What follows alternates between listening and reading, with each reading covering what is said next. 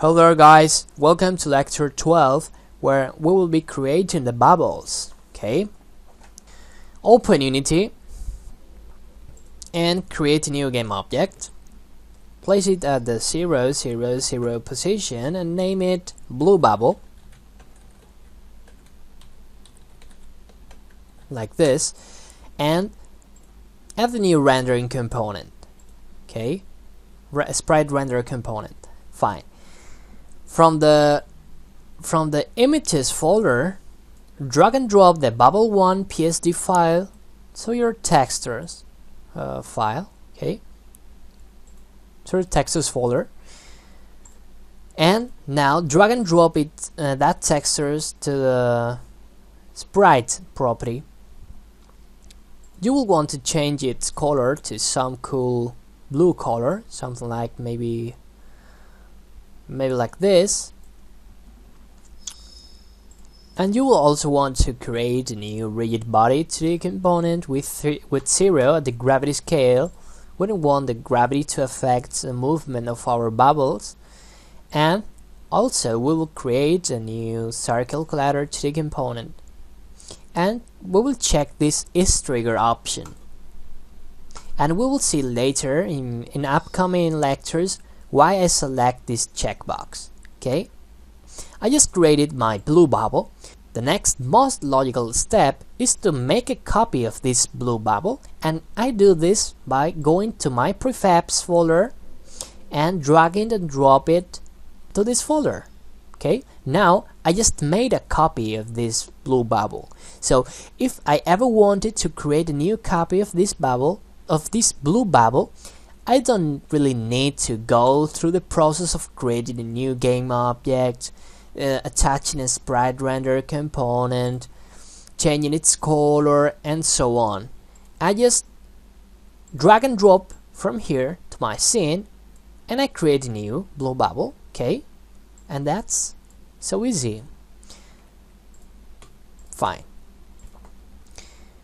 So I will create now the red, black, and green bubbles.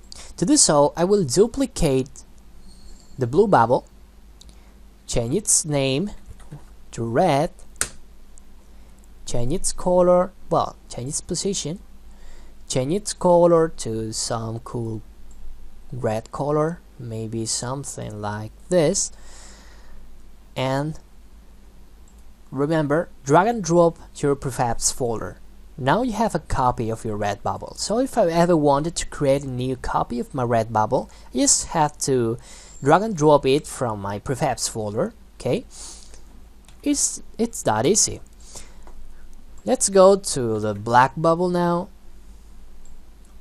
Duplicate your red bubble, change its name to black bubble, change its color to black, to some gray or black color, like so.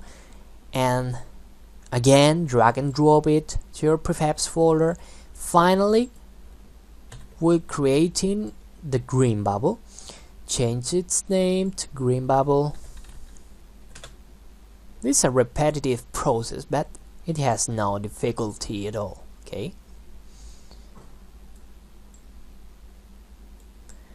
Well, you can select here your favorite colors. Okay. Maybe I will choose some color like this. Okay, it looks fine, and I will drag and drop it here. Fine.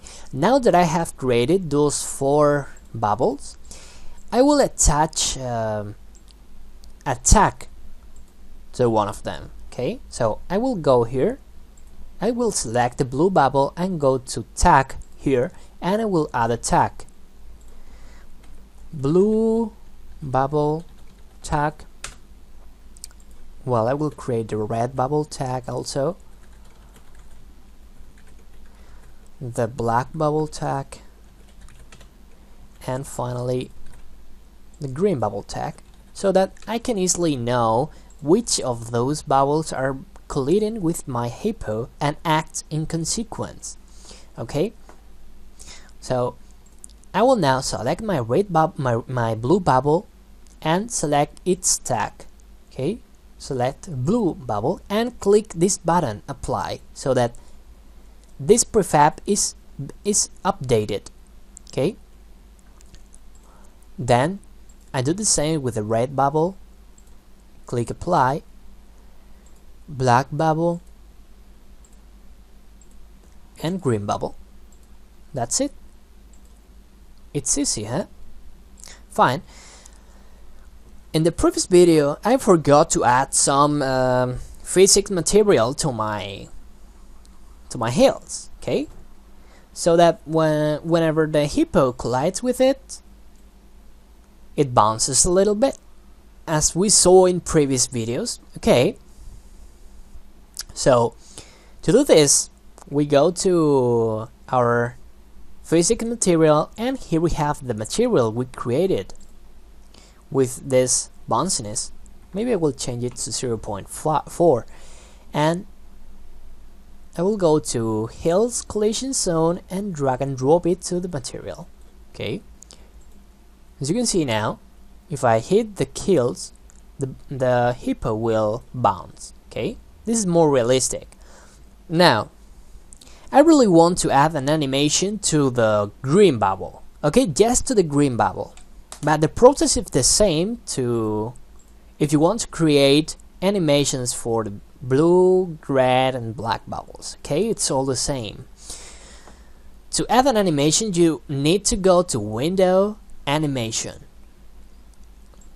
You may want to dock this window besides the game view. Okay, now with your green bubble selected, click Add Curve.